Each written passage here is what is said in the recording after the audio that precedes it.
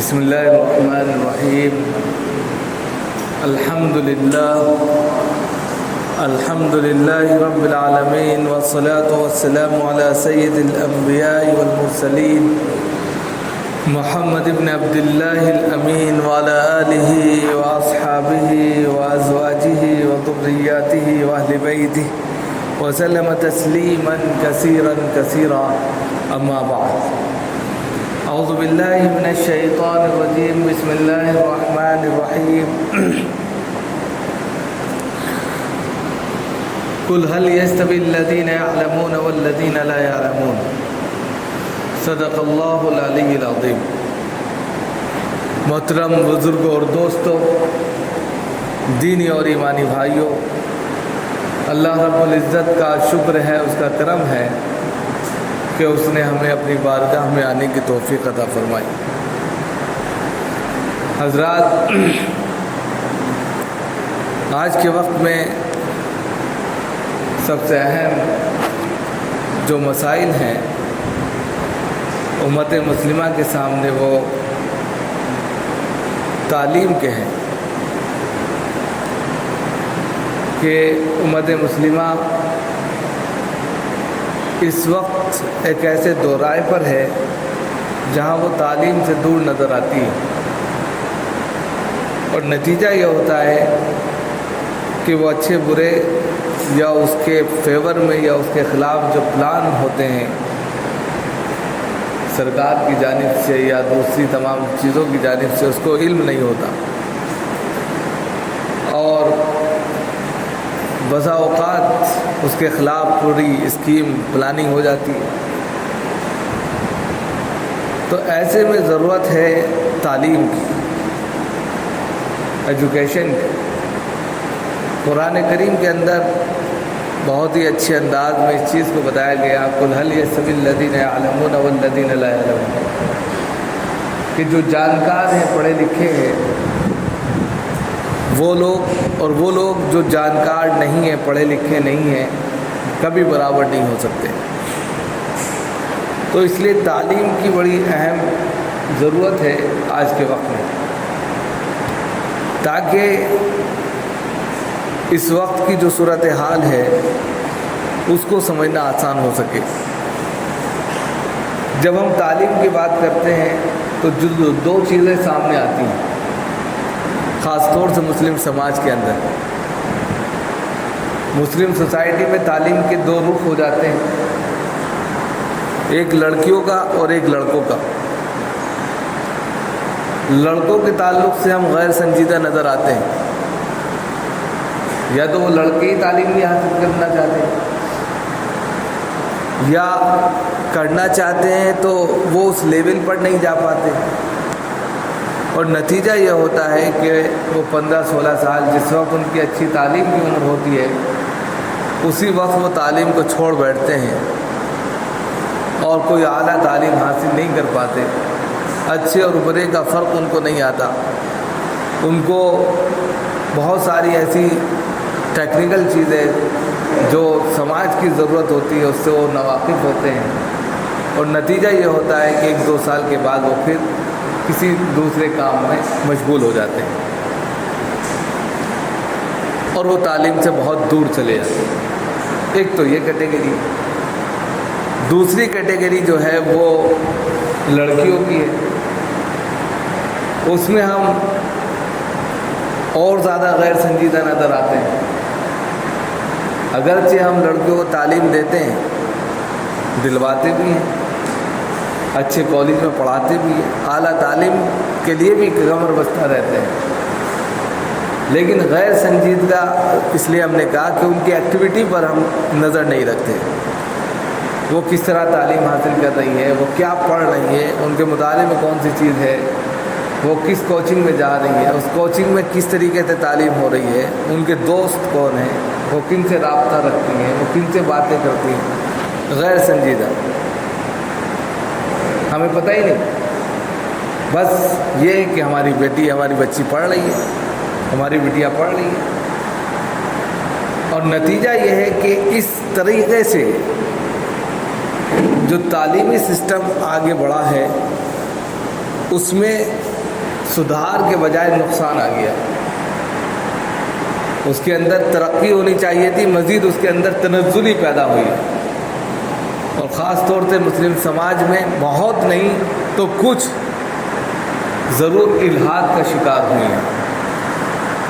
اب وہ کیوں ہوئی ہیں، اس کے کیا اسباب ہیں، یہ ہم سب کو بیٹھ کر جاننا چاہیے. لکھنؤ کے بہت سے واقعات ادھر دیکھنے کو مل رہے ہیں کہ لڑکیاں غیر لڑکوں سے ملتی ہیں، کوچنگ جاتی ہیں تو تعلیم نہیں بلکہ کسی کافی شاپ میں جا کر وقت گزاری کرتی ہیں. ان کے گھر والے تو یہ سوچتے ہیں کہ وہ پڑھنے کے لیے گئی ہے لیکن وہاں پڑھائی نہیں ہوتی، اور نتیجہ یہ ہوتا ہے کہ پھر اس کے تعلق سے الحاد کی طرف انسان قدم اٹھا لیتا ہے. الحاد کیا ہے کہ دین سے بے رخی. ہمارے دین میں بہت زیادہ پابندیاں ہیں، گھر سے نکل نہیں سکتے، بھائی کے بغیر جا نہیں سکتے، ابا کے بغیر آ نہیں سکتے. یہ جو پابندیوں سے گھرا ہوا مذہب ہے، اس کو وہ برا سمجھنے لگتے ہیں، جبکہ یہ حفاظت ہے، جبکہ یہ اس کا ڈھال ہے. لیکن غیروں کے ساتھ جب وہ ملتی ہیں، دوسری تمام غیر مسلم لڑکیاں ان کے ساتھ ملتی ہیں، ان کی آزادی کو وہ دیکھتی ہیں، اس سے وہ متاثر ہوتی ہیں، اور نتیجہ یہ ہوتا ہے کہ اپنے دھرم کو، اپنے مذہب کو برا کہنے لگتی ہیں. اور اس میں سے ایک دو ایسی بھی نکل جاتی ہیں جو اس سے بغاوت کرتے ہوئے اس سرحد کو ہی چھوڑ کر چلی جاتی ہیں. ایسے واقعات بہت تیزی کے ساتھ میں رونما ہوئے ہیں، اور اسی کا فائدہ اٹھا کر ہماری گورنمنٹ سرکار یہ چاہتی ہے کہ یکساں سول کوڈ آئے، سب ایک یونیفارم میں آ جائیں. تو سب کی شریعتیں الگ ہیں، سب کے مذہب الگ ہیں، سب کی کاسٹ الگ ہے، سب کی بولیاں الگ ہیں، سب کے کہہ سکتے ہیں کہ آستھائیں الگ ہیں. تو ایک یونیفارم میں کیسے آپ ان کو پرو سکتے ہیں، ایک دھاگے میں، ایک مالا میں کیسے شامل کر سکتے ہیں. ہر 20 کلومیٹر پر جو ہے زبانیں بدل جاتی ہے، تہذیبیں بدل جاتی ہیں. اب اس میں یہ بھی کہا گیا ہے کہ عیسائیوں کے اور دوسرے سکھوں کے اور دوسرے مذاہب کے تعلق سے اکثر سول کوڈ پر غور ہوگا تو گویا ان کو مستثنیٰ کر دیا جائے گا، تو بچتا ہے کون؟ مسلمان. لیکن ہمارے جو نوجوان لوگ ہیں وہ تعلیم حاصل نہیں کرتے، جس کی وجہ سے ان کو کچھ پتہ ہی نہیں کہ یہ کیا فنڈا ہے، اور وہ یہ سوچتے ہیں کہ ہے کچھ گورنمنٹ جیسے بہت ساری اسکیمیں لاتی رہتی ہے، اسی طرح یہ بھی کوئی بل ہو. ایک تو یہ، دوسرے ہماری جو بچیاں غیروں کے ساتھ میں رہ کر خود اسلام سے بغاوت کر رہی ہیں، اس کا بھی نتیجہ ہے کہ وہ یہ کہتے ہیں کہ ان کو آزادی نہیں مل رہی. جب یکساں سول کوڈ ہوگا تو سب ایک جیسے ہوں، ان کو پھر جو ہے کسی بھائی کے ساتھ آنے کی ضرورت نہیں، وہ خود چل کر آ سکتی ہے، اس کو برقع اوڑھنے کی ضرورت نہیں ہے، وہ جیسا چاہے اپنا لباس اختیار کر سکتی ہے، اس کو جو ہے قرآن پڑھنے کی ضرورت نہیں ہے، وہ جو چاہے پڑھ سکتی ہے. پھر یہ ہوگا. تو ایسے میں ضرورت اس بات کی ہے کہ ہم سب اپنے اپنے علاقوں میں جتنا ہو سکے 2 کام کریں. ایک کام تو یہ کریں کہ ہماری بچیاں کہیں بھی جا رہی ہیں، کسی بھی کالج یا کوچنگ سینٹر میں جا رہی ہیں، لیکن 1 گھنٹے کے لیے ان کے لیے ایک ایسا سینٹر جو دینی، جو ان کی دعوتی، جو ان کی عقیدہ کی مضبوط کرنے والا توحیدی سینٹر ہو، جو ان کی بیسک تعلیم، جو ایک اسلامی تعلیم ہوتی ہے، وہ ان کو دی جائے. چاہے وہ بچی 9 سال کی ہو، چاہے وہ 40 سال کی ہو. اگر اس طریقے سے آپ نے بچیوں کو جوڑ کر ان کے عقیدے کو مضبوط کیا تو وہ چاہے جس سینٹر میں جائے وہ اپنے مذہب کو نہیں چھوڑ سکتی، وہ کبھی اسلام سے بغاوت نہیں کر سکتی. اور اس کے لیے ضرورت نہیں ہے کہ کسی مدرسے کو بنایا جائے، اس کے لیے ایک کمرہ کوئی بھی شخص متعین کر لے، اس میں وقتاً فوقتاً 4 بجے سے 6 بجے سے 7 بجے سے ایک ٹائم فکس کر دیں کہ اتنے سے اتنے بجے 1 گھنٹے کی اسلامک کوچنگ رہے گی، اس میں کسی اچھے عالم کو یا عالمہ کو بلا لیا جائے اور وہ ان کی صرف تربیت کرے۔ تربیت کا مطلب یہ ہے کہ ان کو دین کے نقطے اور نکات بتائے کہ دین کیا ہے، اور اگر آپ تعلیم حاصل کرنے کے بعد دین کو چھوڑ کر دوسری طرف جاتی ہیں تو اس کے نقصانات کیا ہیں، بے شمار بھرے پڑے، ہم سب کی ذمہ داری ہے۔ دوسرا کام جو کرنا ہے وہ یہ اپنے نوجوان بھائیوں کے لیے کرنا ہے جو تعلیم چھوڑ چکے ہیں۔ تعلیم 15 سال کی عمر میں چھوڑ دیتے ہیں، اب وہ بیچارے کاموں میں مشغول ہو گئے، اب اپنے کام کر رہے ہیں، اب ان کی عمر جیسے جیسے بڑھتی جاتی ہے اب ان سے تو پڑھنا بھی مشکل ہوتا ہے۔ بہت سے لوگوں کو نمازیں تک یاد نہیں ہیں، بہت سے لوگوں کو فرائض جو اہم ہوتے ہیں وہ بھی یاد نہیں ہیں۔ تو ان کے لیے ایک سینٹر بنایا جائے کہ ان کو موٹی موٹی باتیں بتائی جائیں، ان کو بتایا جائے کہ جو ہمارا نوجوان طبقہ ہے تعلیم سے دور ہو گیا ہے، کاموں میں پھنسا رہتا ہے، اگر وہ ہفتے میں بھی 1 دن دے 2 دن دے 1 گھنٹہ بیٹھ کر اس میں دین سیکھیں، آؤ دین سیکھیں کے نام سے کوئی بھی کوچنگ چلا سکتے ہیں، اس میں ان کو بیسک تعلیم دے تو وہ بھی مضبوط ہوں گے۔ تو اس طریقے سے گھر کا جو ماحول ہے وہ بدل جائے گا، لڑکیاں جو الحاد کا شکار ہیں وہ بھی محفوظ ہو جائیں گی، اور جو ہمارے نوجوان لڑکے ہیں جو دور رہتے ہیں یا دین کو کچھ سمجھتے ہی نہیں ہیں، ان کو کچھ پتہ ہی نہیں ہے کہ دین بھی کوئی چیز ہے، ان کو بھی تھوڑی بہت سمجھ آ جائے گی۔ اور طلب العلم فریضۃ علی کل مسلم و مسلمہ کے تحت ہر مسلمان چاہے وہ مرد ہے یا عورت علم دین کا سیکھنا اتنا کہ وہ جائز ناجائز حلال حرام اچھے برے میں تمیز کر سکے ضروری ہے، ہر شخص کو سیکھنا ہے۔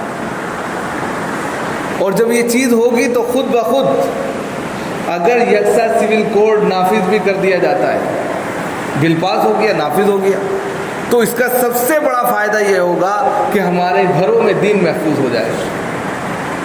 گورنمنٹ سرکاری سطح پر اس نے پاس کر دیا، کوئی بات نہیں، ہم اپنے گھروں میں تو اپنے دین کو محفوظ کر سکتے ہیں نا، ہم باہر نہیں کر سکتے، ہم باہر کوئی بھی ایکٹیویٹی نہیں کر سکتے، لیکن اپنے گھر کے اندر تو کر سکتے ہیں، وہاں تو ہم راجا ہیں، ہم نماز پڑھ سکتے ہیں، ہم قرآن پڑھ سکتے ہیں، ہم اسلامی لباس پہن سکتے ہیں، اپنے گھر میں ہر چیز کر سکتے ہیں، لیکن یہ اسی وقت ہوگا جب ہم دینی ماحول میں اس کے سانچے میں ڈھل جائیں گے۔ تو یہ 2 کام سبھی کو کرنے چاہیے۔ اپنے اپنے علاقے میں الگ الگ جگہ سے لوگ آتے ہیں، وہ ایک کمرہ مختص کر لیں، متعین کر لیں، کوئی 2-4 لوگ آپس میں مل کر کسی ایک شخص کا انتخاب کر لیں اور اس سے کہیں کہ بھائی ہمارے علاقے کی جو بچیاں ہیں، جو بڑی عورتیں خواتین ہیں یا نوجوان طبقے ہیں، ان کی تھوڑی سی تربیت ہو جائے، ہفتے میں 1 ہی دن ان کے لیے اجتماع رکھ لیں اگر ایسی بات ہے، تو اس سے فائدہ اتنا زیادہ ہوگا کہ ان کا دین محفوظ ہو جائے گا، اور جب دین محفوظ ہو جائے گا کہ بل چاہے لاکھ پاس ہوتے رہیں، وہ دین جو ہے دلوں میں اور گھر میں بالکل مضبوط رہے گا۔ تو اس کے لیے ہم سب کو کوشش کرنی ہے۔ مزید جو اس وقت ایک اور بات بتانی ہے وہ یہ ہے کہ لا کمشنر کی طرف سے جو ہے آپ نے دیکھا ہوگا احتجاج کے لیے ایک بال کوڈ چلا ہوا ہے کہ آپ اپنا احتجاج داخل کریں کہ ہم یکساں سول کوڈ کے خلاف ہیں یا فیور میں۔ دوسری تمام تنظیمیں جو اس کے فیور میں ہیں کام کر رہی ہیں، بے شمار لوگوں سے میل کروا رہی ہیں، ہم مسلم ہو کر اور اپنی شریعت پر اسلام پر عمل کرنے کے لیے اس کے خلاف اپنا ایک میل کر ہی سکتے ہیں۔ سب کے پاس جو ہے موبائل ہیں، ابھی تک یو پی کی طرف سے صرف 6 کچھ میل ہوئے ہیں، یعنی کہ جن کی کل تعداد اگر دیکھی جائے تو ہزاروں میں آتی ہے، جبکہ لاکھوں میں یہاں پر مسلم رہتے ہیں۔